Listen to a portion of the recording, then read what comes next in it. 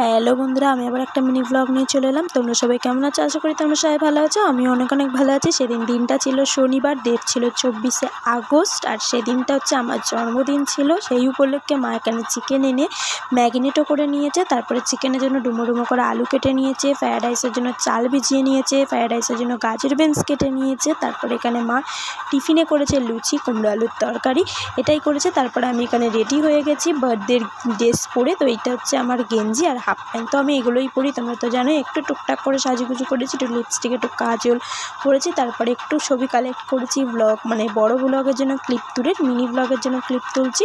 তো কেমন লাগছে? হেভি খেয়েছি। তো কেমন লাগছে আমার বার্থডের মিনি ব্লগটা সেটা কমেন্ট করে বলো। তারপরে মায়ের রান্না হয়ে গেছে, রান্না হয়ে গিয়ে মা গ্যাস টেবিল সব মুছে নিয়েছে।